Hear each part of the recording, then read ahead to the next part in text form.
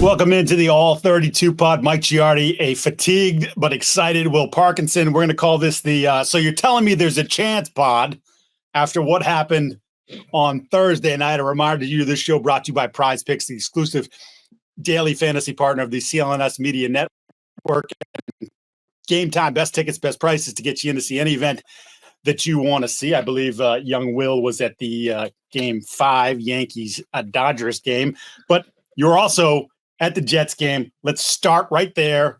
What an awful first half of football from both teams. I tweeted that I was ready to poke my eye out.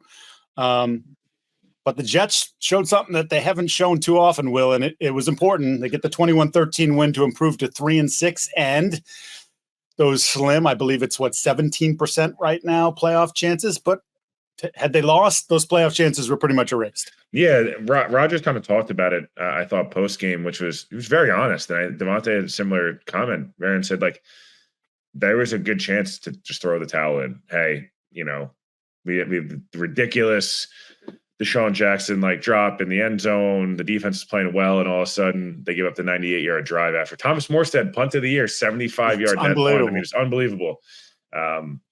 And you just thought, hey, this is the adversity. I talked about it, on our show on Monday, I believe. Every week it feels like there's one play, and they just cannot figure it out after that one play. It's been, it's the first and goal from the 1 against Denver.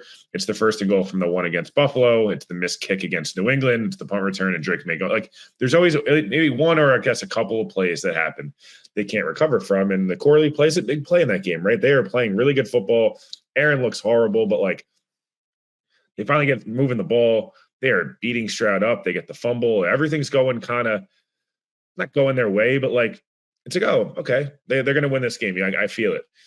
And they score. It's Corley's first relevant touch in his NFL career. He's a guy who people are really excited about coming out of college. And it's a dumb play.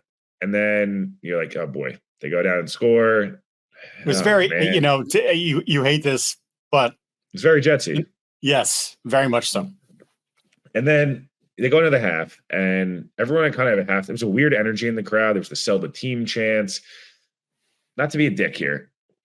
There's 80,000 people there. This game's on national television.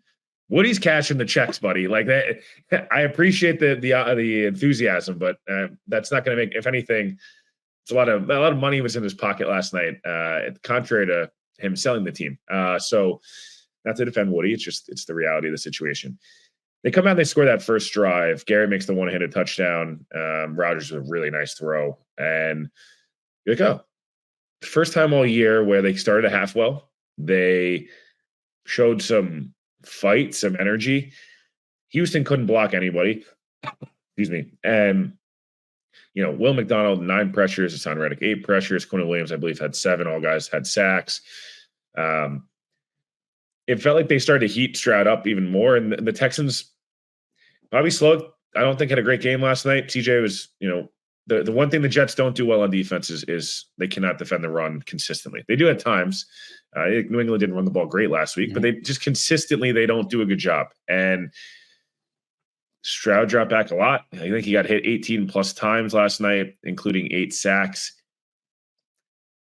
The Texans game plan mixed with Aaron looked like Aaron Rodgers last night in the second half. Devontae Adams looked like Devontae Adams in the second half. Garrett Wilson had his coming out party on a national stage, right? We've seen Garrett's had a good numbers through 2 years and he's had moments, but last night was I am taking this game over and I'm going to win us this football game. And that's what he did. And I was really impressed. I think this is a huge win, and I know maybe the Jets might go lose the next 2, and it's a moot talking point, right? This is what happens in the NFL week-to-week league, but their schedule is really favorable. And if Aaron's going to look anything like the Aaron Rodgers, the Jets just played 9 games in 59 days, including a cross-country trip and 2 Thursday night games. The schedule makers did them no favors, and I'm sure people are I don't want to watch the Jets on prime time anymore, and I get it, but they now play 2 games, Mike, in the next 30 plus days. They play this upcoming Sunday. They play the following Sunday and then don't play again until December 1st. That is for Rodgers, who's banged up, the rest of his team. This is they kind of need 2 wins, take a break. So Rodgers definitely he scrambled a couple times yesterday. He still is not looking spry by any stretch of the imagination. The cayenne water, if you haven't Google it, Thomas Morstead gave him a little tip. That's he says it's helping keep him healthy. But that's a great point about the amount of rest. But they still have to take care of business in those 2 games. But to my point at the beginning, so you're telling me there's a chance, did they reel you back in? Go ahead and tell the people at home, if they win the next 2, what has to happen for them to be theoretically at the end of those 2 games in the postseason? Yeah, look, the Jets are in a spot right now where, again, it all takes care of them. The Jets take care of business, they'll be fine, right? They're favored in 7 of the next 8 games. There's a lot that can go right for them. There's a lot that can go wrong, obviously. But we saw obviously some of that talent last night. If the Jets want to be in the actual playoff picture, if the playoffs started in week 12, you have to take care of business, right? At Arizona, 4:25 slot, and then Sunday Night Football, home against Joe Flacco and the Colts, because Anthony Richardson's a little tired, as we'll get to later in the show. The Chargers would have to go 1-3 in the next 4. That's probably the most unrealistic of the ones we're talking about. The other ones that are far more realistic, the Bengals would have to lose 1 game over the next. Right, and they got to play at Baltimore, correct? At Baltimore, right? Yeah. The Colts would have to lose either on Sunday night, against Minnesota, or against Buffalo the following week. I'd say if Indy splits those, they feel probably pretty good about themselves. Right. And then the Dolphins would have to lose against the Bills.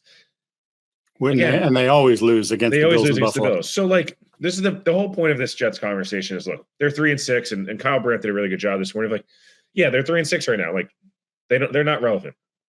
And I agree, they're not until they are. They're relevant because the quarterback and the market and everything. But last night, and I guess we can finish on the Jets on this side of things, is the reason you have confidence leaving this game is, again, you beat a good team. The Texans were banged up. The Jets were very banged up. I mean, at one point yesterday, they were missing 7 defensive starters. Both teams were not at full strength on offense or defense. Breece Hall, Garrett Wilson, Devontae Adams, Aaron Rodgers, the reason you won that football game on offense. That's a good recipe for success. Right. On defense, it was limit big plays. The linebackers are really good. And Hassan Reddick and Will McDonald and Quinton Williams combined for 25 pressures and 4.5 sacks and a forced fumble. That seems good. That seems like it's a good strategy going forward. So, again, the point being, the talent's there. There's questions about Rodgers, the coaching. They're 3-6. They're in a hole. There's no question. But there is a chance, and I don't think it's unreasonable to assume if they win the next 2, they become a much more relevant talking point on this show, on an individual show. The season's not over, and the fact that they didn't mail it in last night and actually showed up is a good sign, at least for the next 10 days or so. They need to, for me, and I'm sure you feel the same way. Now the consistency part of it, right? They've turned in some good games this year. Though, obviously, again, the week 3 against the Patriots, they absolutely pantsed them and sent the Patriots on a nasty downward spiral there that they just pulled out of last weekend against the same Jets. So they've got to find that level of consistency. Maybe this does take the pressure's still on because they have to keep winning to as you said, be relevant. And I do want to add, I liked your point about the defense because I've been banging on Slowick since we started this pod. I thought he ended last year poorly, and I think you're seeing it this year. The only defense for him is the interior of their offensive line is playing bad football. And of course, now no Stephon Diggs, done for a year with the torn ACL, suffered 2 weeks ago, or whatever, 5 days ago at this point, but two games ago.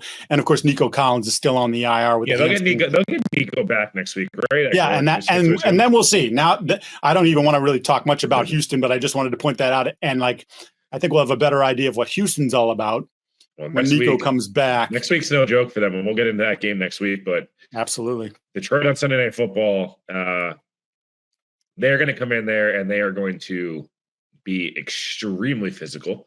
Did we touch on the D'Amico not dapping up Rodgers after the game? Interesting, right? I don't know how to feel about it. That's I just sometimes I don't understand why you would allow anything like that to happen, because then if it gives another guy a little bit of motivation, I'd never want to do that. I don't want to give guys bulletin board. Like, these guys look for any little sliver of being, felt like they weren't being respected properly, and will use that. And like, if it gives them 2% extra juice for the next time you see them, I don't want to provide that. I never want to provide that. Just give the little dent and go. Yeah, no. The one other funny Jet stat, and before we move on, obviously, if I told you before the year that the Jets would they get nine games out of Rodgers to start the year. They'd get Devontae Adams and Hassan Reddick back, or trade for them. As of November 1st, obviously the Jets have played an extra game. Rodgers would be third in touchdowns, fourth in yards. Garrett would be first in catches, second in yards, and top 5 in touchdowns. And they would, you'd assume they're probably 7-2. That's why it's one of the weirder football years in general, but the Jets season just makes absolutely no sense. It's like Thursday Night Football, Rodgers 6 touchdowns, no picks. Otherwise, they're 1-6. There's just a lot of weird stuff, and it's why they're intriguing. It's why we talk about them. Yep, for sure. Let's move on to the next one. I don't know if I'd call this game intriguing. The 2-6 Patriots, who just snapped, as I mentioned, a 6-game losing streak with the win over the Jets last weekend, visit the 1-6 Titans. Aside from the Carolina Panthers, I would say the Tennessee Titans are the worst team in football, and playing absolutely just awful football, offensively, special teams. And they have a defense. It's crazy. Number 9 overall in DVOA, number 1 in total defense stats, but 29th in points allowed. The Lions, who are on the plus side of the 50 for the entirety of the game because of special teams and turnovers, still got in the red zone 5 times and scored 5 touchdowns. So their defense is good, but not great.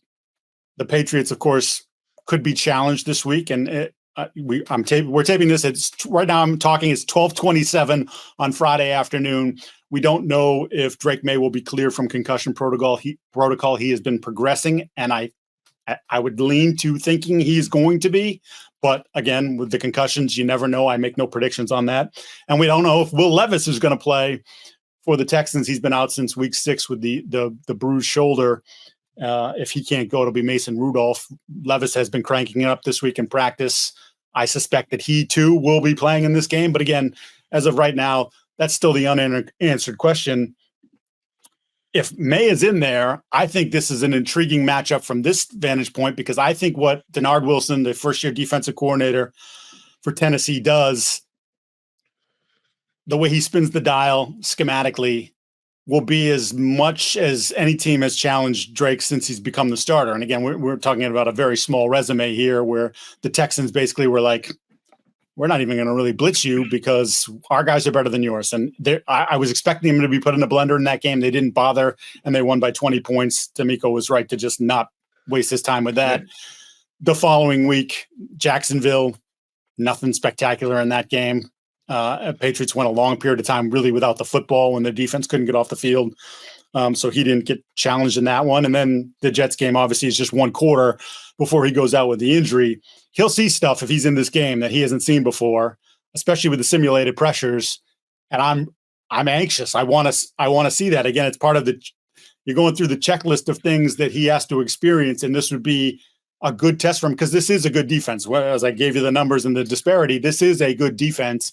And I think this is also a defense that can make the Patriots one-dimensional. Patriots struggled to run the ball the last couple weeks with Jeffrey Simmons and Devondre Sweat in the middle. It's not going to be easy to do that again.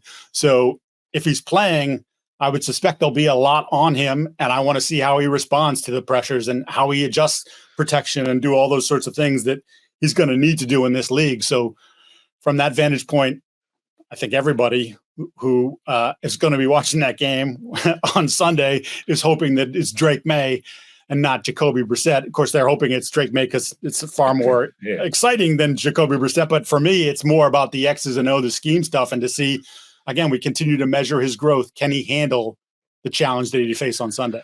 Yeah, a couple of things. I think this is a really big game for New England, and I don't want to overstate this. They're not going to be a playoff team. Look, the Jets are getting better, and we just talked about them being a playoff team. It's a very different thing. This is very big for me because a couple of different things. I want to see how they respond from success. I thought they responded really well in week 2 from the success of week 1. I did. I know they ended up losing. Yeah, there was some game management things, and then their defense started to fall into the hole that carried them for the next 4 or 5 weeks. But listen, for them to be, if they lose in overtime and whatever, that is what it is. Tennessee's a bad football team. I think they're actually weirdly really badly coached, and I don't know, which is kind of shocking. I like the Callahan hire. His dad. He brings his dad over. His dad's the arguably the best offensive line coach ever. It's a little weird. Yeah, they take Latham, which it's a topic for another day. But the Patriots did some good things last week in the second half. Guys that I don't know that are going to be even here long term, and they were doing some nice things. If Drake May is playing, getting him another win, getting another win under his belt, being able to stack a couple of wins here and show signs of progress for Gerard Mayo to kind of,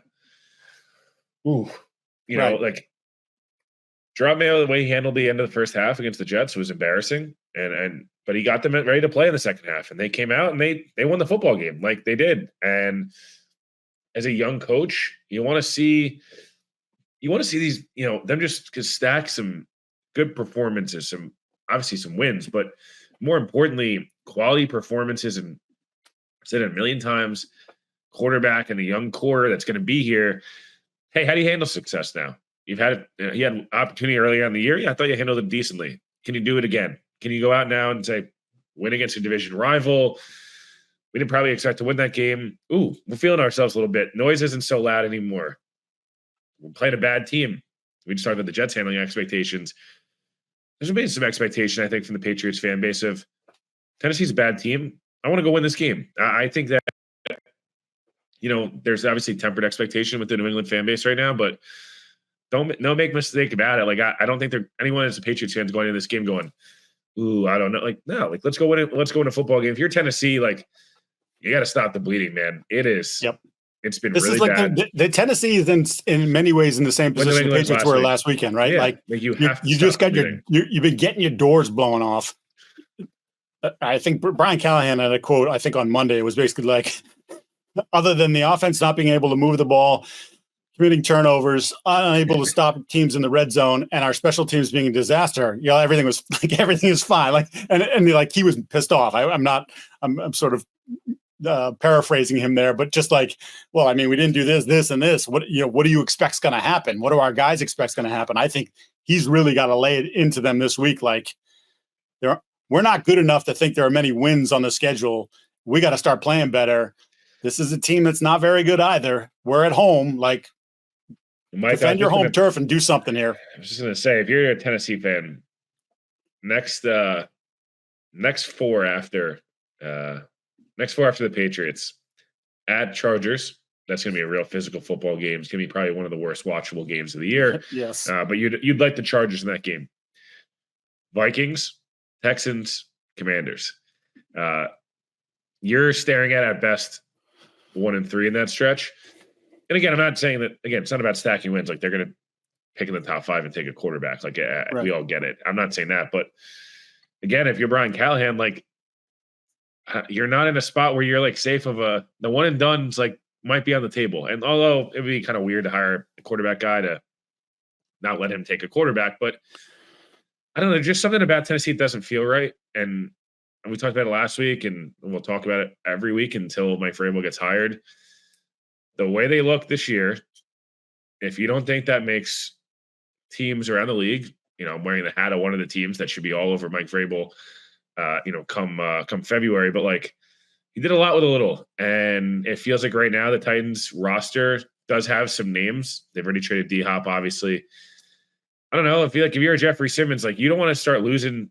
He's gotten paid now. He's going to start to be in that point of his career where it's man, this sucks. Yeah. Where it's you look at a Calvin Ridley, it's like you just gave him a bunch of money and he doesn't get no catches on 8 targets a couple weeks ago. There's just some weird signs right now with Tennessee where you're like, this could get really ugly. Whereas the Patriots have the quarterback and there's some optimism. I feel like Tennessee is like they're the Patriots last year, where it's like, what is this roster? What are we doing? Like, what's going on here? I don't know. It's not great. It's not great. Hey, we got pat ourselves on the back here because I think we talked about them back in the summer, and I was like, this is one of the most oddly constructed rosters. The timeline for their best players, the absence of younger players, like the roster makes absolutely zero sense. Rand Carthon throwing a ton of money. GM 101. Yeah, but throwing a ton of money at it. He had a really awful quote this week too, talking about how the bounces haven't gone their way. Like when you're losing by 38 points, dude, just sit there and take your medicine. That's a bit of a loser's lament to me. One thing I am interested to see in this game, aside from what I was talking about with May and whether or not the Patriots can actually enforce their will a little bit in the run game, which they haven't been able to do, is what's likely to be the matchup outside, which would be Christian Gonzalez against Calvin Ridley. Ridley, after complaining and being targeted and not making, had 10 catches, had over 100 yards in the first half last week. Gonzalez, from a size perspective, the Patriots won't tell you that, but that's going to be the matchup, and he's going to follow him around. And Gonzalez has had a solid year. There's been moments where it's looked great. There's been some moments that it hasn't looked so great. He was coming off bad back-to-back weeks against Stephon Diggs, who chewed him up pretty good. And then Brian Thomas. And look, Thomas is that long catch. Like, Gonzalez is there. He contested the catch point. Kid just makes the play. He's a damn good player. But you just want to keep – I like these matchups. And he talked about it yesterday when we spoke to him in the locker room, just about I love these things. I love the responsibility they're giving me, and I love the opportunity to go against the best, like he did Devontae the week prior, because it's like that's how you measure yourself, right? And that's how you get better. These guys can do things. I can do things. Now let's go see how it works. But the Patriots challenged him. Gerard Mayo challenged him after that 2-game performance going into the Jets week and said, you have to be better. Like, if we're going to be the defense that we need to be, and you're going to be the player we think you can be and you want to be, then you have to go out there and do it. And as we talked after the game, the Jets missed some opportunities to get Devontae the ball, but end of the day, 2 catches with him on Devontae, and he's looking to build on that. So that'll be a fun little sidebar to the game. And of course, who knows if the Titans quarterback can even get the ball over there, as Mason Rudolph has been. Actually, they're averaging, I think, 6 points less per game with Rudolph at quarterback than they were with Levis. Levis. I figured at the very least Rudolph would go in there and they would get a professional level of play. He's not a great player by any stretch of the imagination, but Levis is just turning the ball over, making bad decisions, doing all those sorts of things. But Rudolph is doing the same and doing it less productively. That's that one. Let's hear from Prize Picks, because we love Prize Picks. The absolute best place to get real money sports action with over 10 million members and billions of dollars in award winnings. Prize Picks has made daily fantasy sports accessible to all. You just pick more or less on at least 2 players, up to 6, for a shot to win up to 100 times your cash. Run your game all season long on Prize Picks. It's the best place to get real money sports action. Over 10 million users they have. Prize Picks also offers weekly promotions that can lead to big payouts like Taco Tuesday. Each Tuesday, Prize Picks discounts select player projections up to 25% to provide even more value for your lineups. And Prize Picks is the best way to win real money this football season. What players are going off, which ones aren't. Just lean on it. We'll have our picks coming up later on. And a reminder, nice little promo with a CLNS. You download the app today, use the code CLNS to get $50 instantly after your first play, your first $5 lineup. Again, download the app, use the code CLNS, and you get $50 instantly, whether you win $5, your $5 play wins or not. So that's the way to do it. Prize Picks, run your game. I'm feeling good again this week about my picks. And like I said, we'll get to those at the end of the program. Let's move on to our next game, our first non-AFC East game, and that's Ravens and the Broncos. I wasn't sure how I felt about the Broncos all season long, going into the year. Didn't love the roster. Wasn't sure about the marriage of Peyton and Bo Nix. I'm still, quite frankly, even though the numbers look great this last month, still not really sure how I feel about Bo Nix. But their defense is real, man. and they're facing an offense that's real. And so this is, to me, a massive test for Denver to show us, are they better than I thought they were? And can that defense, which has been, I think, miles away, probably the best defense in football this year, can they take a Ravens offense that even last week, with some of the things that went on in that game, still moved the ball up and down the field, that has been incredibly prolific from week one of the season on? Can they shut them down? And if they can, then I have to reconsider what I think. Look, not that I'm predicting Denver's going to get a deep run in the playoffs, but I think if they can do that, I'm thinking Denver's a playoff team. Yeah, the Denver thing's interesting because I'm trying to think how I want to phrase this. They're in that spot where, like, they're probably a year early from being good, and eating all the rust money over last year or over this year and things of that nature. And Peyton, was he still good? You couldn't really tell. And there was just a lot of, like, weird, no more Justin Simmons. And I don't know, there's just something felt like, this is probably going to be a spunky 6-11 team, 7-10. And man, like, they still might be 7-10. I don't know, right. But at least you kind of feel decent now. I mean, the stretch they have coming up with the next three is going to determine their season, in my opinion. They've won a couple games they probably shouldn't have, right? They beat the Jets 10-9 on that crazy game, and they beat New Orleans handily, and based on the way things gone, they probably chalked those up as losses early on in the year. But now you got Baltimore, KC, Atlanta, and can they steal one of these and keep yourself at 6-5 and right in the thick of these things? I'd like to see this Baltimore defense. You talked about the Denver defense versus Baltimore. I mean, there's been the weird Lamar stuff. Reading my mind here. Yep. What's going on here? Like, what are we gonna? We talked a lot about the talent erosion in week 1 and 2, right? Where they lost a lot of guys. Geno Stone led the leagues in picks last year, and, like, he's no longer there. Marcus Williams, no idea what's going on there. They've got the injuries at corner. They lose Clowney. Matabuke is not the same player this year. They lose their defensive court. Like, there's a lot of reasons, right? Patrick Queen, although conversation for another day. Just don't think he's as good as whatever. He looked better next to Roquan Smith, as generally most people. I think I would look pretty good next to Roquan Smith. Point being is that this Denver offense is not good, in my opinion. They've done some nice things, but I don't think they don't scare you by any means, right? This should be a week at home. Like, you need to take care of business. You need to look like a competent defense. If you're going to look like you did last week against Cleveland, also the Ravens can't really afford to, like, lose too many games. I know we all think they're the best team in the division, and they are. But as much as the Steelers might be fraudulent, if they keep stacking wins, it doesn't matter if they're fraudulent or not. And so, yeah, I'm just kind of I'm in the mindset with this game of, show me something, Denver, from, like, win one you're not supposed to, or be really competitive in a tough loss, or from a Baltimore perspective, like, you can't keep losing these weird, crappy games. Like, it's every year they lose 2 or 3 of these.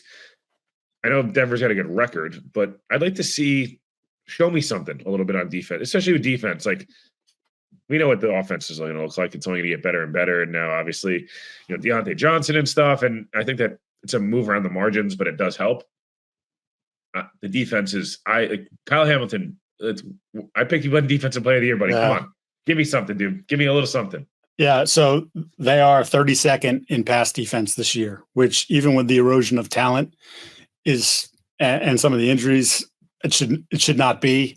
I think one of the things, and talking to people down in Baltimore, is they did a great job last year under McDonald of showing different looks. Quarterbacks were late to react to it. They kept spaces very tight between the receivers. The communication was awesome in the secondary. Guys were passed off as cleanly as possible. And now you're watching them and you plop in the tape and it's like, that guy's open by 4 yards. Why is that guy running completely free? Like, they're a bust that weren't there. The communication has been poor. You mentioned the Marcus Williams thing. Now, Harbaugh went on to said it was a personnel decision and it's an in-house. He went, like full, like I don't share all my family business with you. We're not going to share that here. And then went on to say, we think Marcus is a great player and we think Marcus is going to be a great player for us. They benched him. He was one of 2 players that dressed for Baltimore in the game who didn't even set foot on the field, didn't play a snap. Your secondary is porous in that game. Eddie Jackson dropped 3 picks, got burned for 2 touchdowns, including the game winner. And they never turned to Marcus Williams and said, I know you've been crappy this year, but we're paying you $18 million. We sat you. It's time for you to go in. They didn't do it. So bizarre to me, absolutely bizarre. And they've got to figure that out because, again, I still feel like there's enough talent there. And assuming they get Humphrey and Wiggins back and playing, it should make somewhat of a difference. But they just have not played good as a unit. And I think there's more and more pressure on first-year defensive coordinator Zach Orr is one of those guys. It feels like we're mentioning him week in and week out. You got to show me something, and he hasn't shown you enough to this point. The other thing I wanted to touch on, you mentioned Deontay Johnson. When they made the trade, when I saw it come across my phone, I'm like, oh, they traded for – I was thinking, oh, they traded for secondary help or our pass rusher so they can help the secondary by getting the passer quicker. And to see it was Deontay Johnson, they gave up nothing. A pick swap, which right now I think as people have done the math on it, is basically would be a difference right now if the season were to end of 19 picks. Carolina's paying the full freight on what's remaining of his deal. I think Baltimore only owes him $675,000. Carolina's paying him millions more to go play for Baltimore. However, Denver is heavy man team. One of the things that Baltimore has struggled with in the past has been beating man. So I just wonder, I know it's quick, and he's probably only going to have a small package of plays, but it could be a Deontay Johnson type game saying, well, this is why we did this. Zay might be better against zone, and Rashad hasn't always been a great man beater. And our tight end, well, Isaiah is pretty good against man, I think, but Andrews has slowed down some. So could this be a game where Deontay maybe gets 5 or 6 balls thrown his way, even though he's been there for 5 days, and it helps them and sort of then gives other teams something to think about now. Okay, that receiver room, again, to your point, it's more about a marginal play than it is he's pushed them over the top, but it should help their offense if he is what he's capable of. It should give you a boost. Should give you at least, should be make you 4-5% better on offense, which is huge. And you never know with injuries too, so that gives them a little bit more depth there. I would say the other part about this though is 2 teams in 7 months. The Steelers couldn't have gotten rid of him quicker. Remember they traded him for Jackson, who had a gross contract and was playing terrible football for Carolina. But they're like, you take our bad, we'll take your bad. And things are working out for Pittsburgh right now. Carolina, he was unhappy. It was clear, even hearing some of the quotes this week from guys like, oh, I guess it wasn't that great behind the scenes with him. Yeah, you think? I think that's just kind of who he is.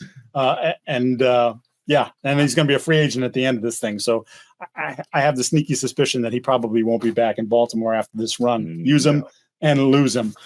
Let's go to the next one, which is probably the best game of, which I kind of think is a meh. It's not the greatest week slate-wise, but that's Lions and Packers. And I'm just going to hit you with a general question right out of the top. Are these the 2 best teams in the NFC?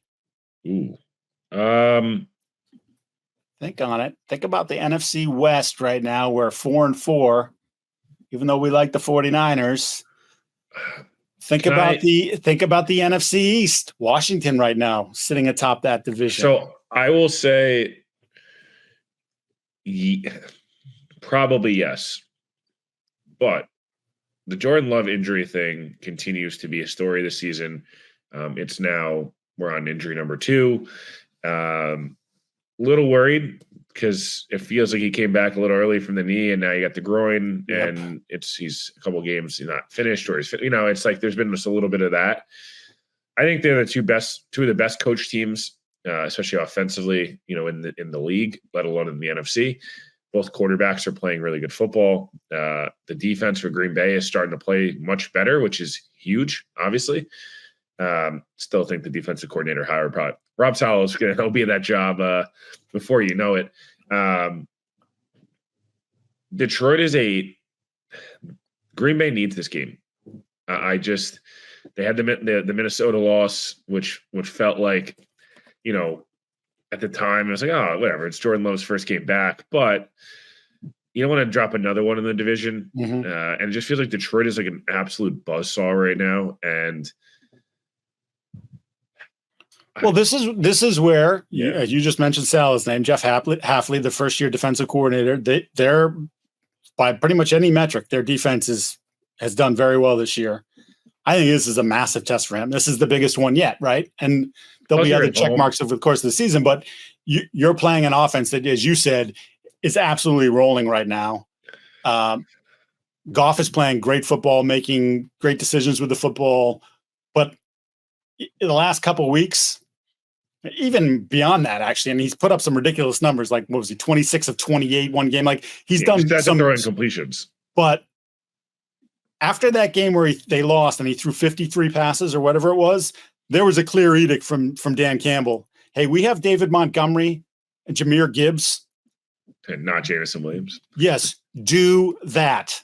Let's build it off of that. And they have been those two guys. Yeah, I know Montgomery had the fumble a couple weeks ago.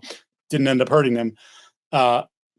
Those two guys are awesome. And behind that offensive line we talked about being aged.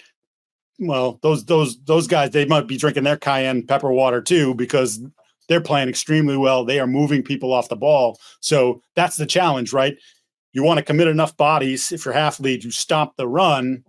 However, they have some playmakers on the outside who can beat you. Although, to your point, it would help if Jameson Williams, who's just continuing who's continuing to do stupid things. I was going to say shoot himself in the foot, but there was a gun thing, and that was a bad pun on my part or whatever.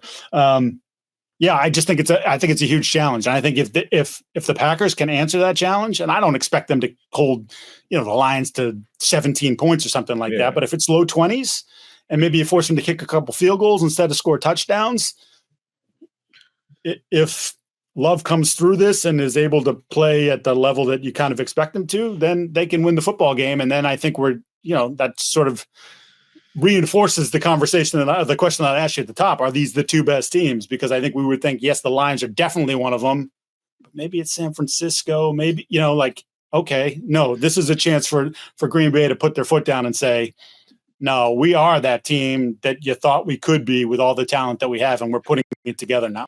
Yeah, plus if you're Green Bay, who knows what happens with Minnesota. You want to distance yourself there. You want to set yourself up to be in a really good position. And not for nothing, they win here. It's at home. You're the 1 seed in the NFC.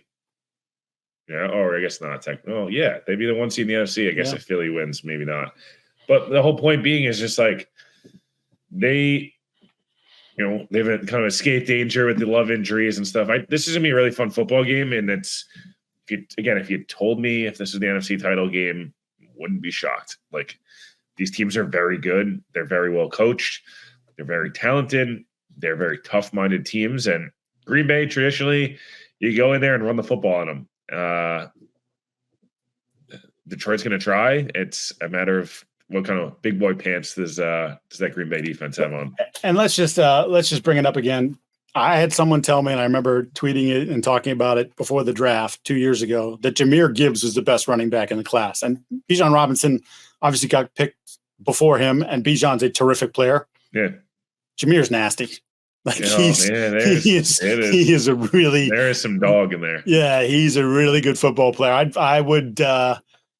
I don't know, if I'm Ben Johnson, like, I'd want to get the ball in his hands 18 to 20 times a game. However I do it, whether it's in the passing game, run game, like I'm making sure that dude is touching the football, because he's that kind of player. Let's hear again from another one of our sponsors, of course, Game Time, which is just the best way to get your tickets to any game you want to go to, concerts, what have you. I mentioned you happened to go see Game 5. How did Game 5 go? Yankee Stadium. We're not going to talk about. Okay. Just wanted to. Another reason why your voice is sounds horrible. It's on the IR today. Yeah.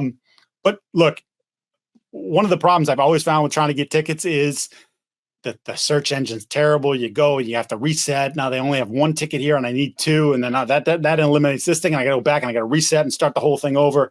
Game Time Picks filters out all the fluff to show you only incredible deals on great seats. So you don't have to waste time searching through thousands of tickets. You even get a seat view. So you know exactly, hey, this is what my seat looks like. So you don't get there and realize I'm behind a pole or at Fenway Park. Some of those seats in right field face out to center field. Like, then you got to have your neck crooked the entire time looking at home plate. Like, you don't want that. I mean, maybe you do, but I don't. So I'd like to know where I'm sitting, what it's going to look like, what's my vantage point. And they've got it. Absolutely fantastic site. 100% use them all the time. So just download the Game Time app, create an account, use code CLNS for $20 off your first purchase. Terms apply. Again, create an account, redeem the code CLNS for $20 off. Download Game Time today. What time is it? Oh, yeah. It's game time. Let's get to our last game. And I'm more interested about this game because of what happened during the course of the week than I probably, we'll see about what happens during the game. But that's Colts and Vikings. Colts at 4-4 have decided to bench the number 4 overall pick in last year's draft, quarterback Anthony Richardson. They've turned the ball over to Joe Flacco, and he is their quarterback right now. It's not even a they're moving forward with him, I believe was the quote. So it's not even like it's a right now thing. No, he's the quarterback, and Anthony is not the quarterback, and we'll see how long that lasts. Flacco has played much better than Richardson in his 2 starts, and he basically played the majority of the third game after Richardson went down a few weeks ago with a hip injury. 7 touchdowns, 1 interception. The offense, passing offense, looks incredibly different with him at the helm than what it's looked at Richardson. But I want to get into the discussion with you, Will, about Richardson. Now, look, 44% completion percentage. It's awful. We knew he was never going to be, or at least not at this stage of his career, be a high percentage passer. But like as you saw in the opener when he went from 9 for 19, but threw for like 260 yards, and there were 350-plus yard completions and a couple touchdowns. Like, they want to push the ball. They want to take those chances. His ADOT was the highest in the league. Like, that's sort of how they're building this passing offense to be explosive. But the last few weeks in particular, not good against the Texans. He was awful against the Packers. He was awful against Miami, especially in the second half. And then, of course, you have what happened against the Texans, which I know they're saying him asking out of the game for a play because he was, and admitted afterwards, and should have never, we want guys to be honest, but he never should have said it, that he was tired. I can't help but think that that's still the driving force in this whole decision, that guys around look at it and go, Ryan Kelly was pretty outspoken about it, their center, like, hey, it's got to be a teaching moment for him, right? You expect more. There's a standard that you have to play to. 52 other guys are killing themselves to be on the field. You can't ask out because you're quote unquote tired. But I look at this now and say, what exactly did Indianapolis expect? He made 12 or 13 starts. I always forget the number, but it was 12 or 13 starts at the University of Florida. Incredibly raw. He was incredibly raw there. He's just a phenomenal, phenomenal athlete. Has every tool that you want. Like, because of his physical power, I mean, he's 40 pounds.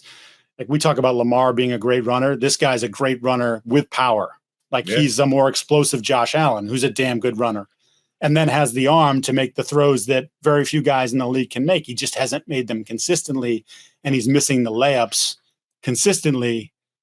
But because of the injuries last year, when he played 4 games, I think, and now he's got 10 games midway through his second year, and you're benching him. This doesn't feel like it ends well for Anthony Richardson in Indianapolis, and maybe doesn't feel like it ends well for Shane Steichen.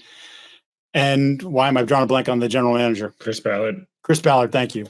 Doesn't feel like it ends well for them either. Yeah, a couple of things here. I'll keep my kind of stuff short on Richardson just because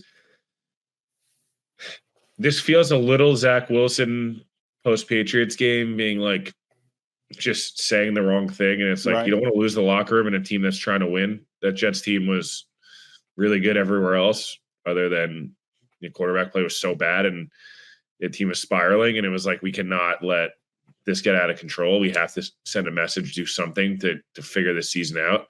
And it feels like the Colts are like, This is a really tough stretch. Flacco's clearly better right now, and Anthony. The problem with Richardson is he always needed to play to get more reps, but the team is not built to like deal with such high variance of what they have to deal with. And I don't know. I don't know that it's over or anything. And, I don't think this is a Bryce Young thing or anything of that nature, but there's really big warning signs from like a Richardson perspective that he would have to have this like generational outlier that he's going to become this like accurate passer, which I guess theoretically doesn't matter. He doesn't need to be overly accurate, but the durability stuff's a concern. The accuracy is a huge concern. The saying the wrong thing is obviously not great. But the Colts are in a situation where maybe this is just a couple weeks. This is Minnesota, Jets, and Buffalo. 3 really good defenses, 3 really challenging defenses to prepare for. Let's let Flacco get through these. If we start spiraling, we bring Anthony back, and the season's all about him. And if he wins a couple of these and we're rolling, like, it is what it is. I don't know if it's the smart move, but it's probably the necessary move to save the locker room at this point, because if guys are starting to get chirpy, it's only a matter of time. Yeah, this is one of those things now where we talk about timelines a lot, right? But there are a bunch of guys in that locker room, DeForest Buckner type, like, dude, I'm not playing for the future. I'm playing for now. Like, I want to win now. I don't know how many more years I have left in this league. Nothing is guaranteed for any of these guys, but like, as you get older, the clock's ticking. So they look at Joe Flacco and say, Joe gives us the best chance to win. Joe's a pro. Joe knows how to handle it. He's not a perfect quarterback by any stretch of the imagination. He got hot a little bit last year, helped push Cleveland to the postseason before he did what he tends to do. Sort of the magic ran out. And I wonder if the magic will run out here, because one of the things about the Colts is, for Richardson's issues throwing the ball, he's made them pretty dynamic as a running team. It's not just because he can run, but what it's done for Jonathan Taylor. And when Taylor's got Flacco, the running game looks completely different and it hasn't been nearly as effective. So you're going to see that. I also think this is interesting too, because I don't know that Flacco's the best guy to face a Brian Flores defense. No. Because they're going to try to make you move. And if they're on their game, he can't move. So, who knows? This could simply be end up being, not because that's what they're intending to do, but he could look so bad in this game that they might just be like, okay, we got to. Yeah. It was a one game. If you're a young quarterback and Joe Flacco is your backup, watch out. I'm not psyched about that. You. No, yeah, I'm not psyched about that. About it at all. Yeah, it's that's a scary place to be. And look, I wonder how much ownership is involved in this. Irsay is obviously incredibly involved in all the stuff that goes on there. If he watched the game and saw 10 for 32, and there's some film people that have broken it down. I watched some of the stuff, and he wasn't helped by his receivers in that game. Probably should have been 16 for 32. But again, what are we talking about? But at first they just looked at it and said, if you're needing 6 dropped to change you up to 50%, where right. Exactly. Yeah. And there were wild misses. And I think the bigger point to me that I took out of the rewatch of the last game, and then hearing from some different people who study quarterbacks intently, is like, he's the big problem for him right now. Never mind the accuracy issues, is his progressions. It's going too fast. He gets off stuff that he's not supposed to get off of. That guy's there, or he makes a split-second decision that's not the right decision, and but that's part of playing, right? That's where you're in that situation where the timelines are right. The kid needs to play to figure out if he's going to be able to make the leap with the athleticism to become a real quarterback. And they're on 4-4, thinking we got a chance to make the playoffs. Like, that's. Yeah, they want to make the playoffs after last year. Like, they do. Yeah. They felt like they choked it away. So. Yep, it's there for them. All right, let's get to our before we sign off. Let's get to our picks. I got prize picks. I got some good ones. I have 4 for you. I feel quite good about it. And I don't, I'm not the big, the more or less. I like more. I want to see I want to see exciting. So I've got AJ Brown, more than 78.5 receiving yards. He's been on one lately. I think he stays on one. Speaking of the Colts, Josh Downs, more than 56.5 yards receiving. Josh Downs, when Anthony Richardson's the quarterback, does not see the football. When Joe Flacco is the quarterback, he gets fed the football. So I would think even against a feisty Vikings defense, he's going to see the football quite a bit. Zay Flowers, more than 52.5 yards receiving. And that's it. I just had 3. Those 3. I'll roll here. Hunter Henry Moore. 38.5 receiving yards. Drake May plays. Hunter Henry is basically Travis Kelce. Tell me I'm wrong, Daniel Jones, more yards. When he plays the Commanders, he is. Oh, it's true. That is his team. The one team. Is he the next, by the way, is he the next quarterback of the Carolina Panthers? Ooh. Probably get pretty good odds there, huh? Lastly, I've debated this one back and forth. I'm going to roll with. I had 2. I just don't know if I want to. You know what? I'll roll with it. I'm going to go another more, which probably is dangerous, but Bijan Robinson. We talked about him earlier. Dallas, 73.5 rushing yards. I will go more. Feels like for Atlanta when Dallas has gotten cooked this year, it's they get down early and they start to get pummeled. They're can see that happening again on Sunday afternoon. All right, there are our prize picks. He is Will Parkinson. I am Mike Giardi. We will see you again on Monday when Will's voice will have returned. Because now you kind of have a. Are you doing college game? Any college games this weekend? No, golf course, baby. Oh, there you go. On the golf course. There you go. And I will be locked in to give you all the wonderful stuff from Patriots and Titans. Yeah. Again, please, Drake May, play in the game. That's just give me that. That's all I ask. All right, that's going to do it for us. You guys have a great weekend. As a reminder, like, subscribe, listen, leave reviews. Helps us build the brand. We appreciate you here on the All 32, and we'll see you again on Monday.